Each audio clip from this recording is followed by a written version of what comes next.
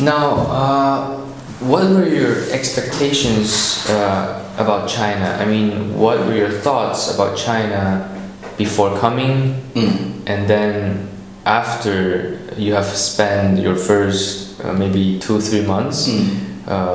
Were those expectations correct, or did it change your mind? Yeah, that's interesting because before I came to China, my expectation with China was probably different with what I got. Because one of my expectation was language. I thought probably some Chinese, some of the Chinese speak English. So communication has always been like an expectation, which I was so surprised when coming to China. Because you might land in China from Beijing airport to your destination, and no one speaks English back then. Yeah, at least nowadays I think it has improved. Yeah, it has like a lot of improvement.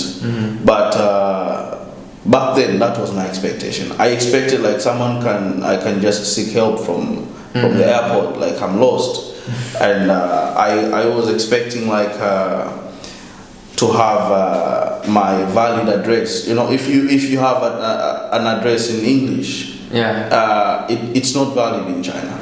It needs to be it needs to be Chinese.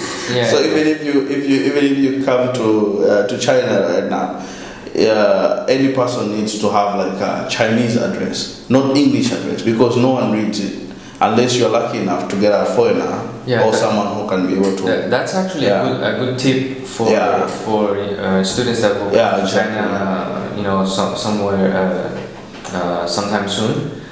Because when you arrive to China, and the first thing that you need to do is find your final destination, right? And you need to go to your university or your apartment, whatever it is. Always have your Chinese address written in a paper. Or on your phone. On your phone. Exactly.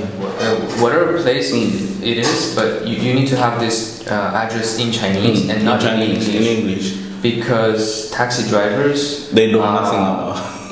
Airport staff, and many of these people will not be able to understand it. Yeah, exactly. And will not be able to help you.